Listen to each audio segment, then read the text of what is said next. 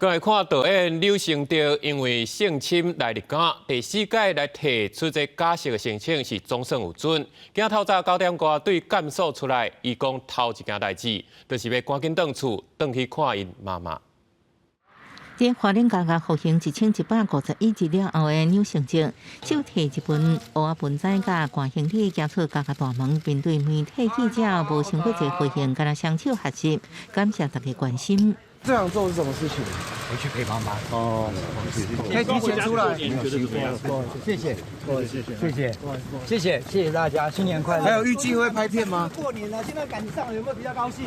谢谢大家，谢谢。队长，那盆栽是你自己亲手种的吗？是的。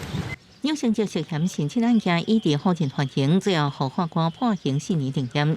伊遭判刑了后，马上将户籍迁到花莲。佮伫2021年11月30日去花莲家服刑。服刑期间，伫2023年底就开始申请假释，按过前3摆拢被驳回，一直到2024年底第4摆申请才得到核准。2月在准保护管束，由检方指挥执行释放了后，先去花莲朋友的厝来休困。来过来洗个澡是不是？刚才有在换洗吗？来盥洗吗？啊，没有，来聊。谢谢，新年快乐，谢谢。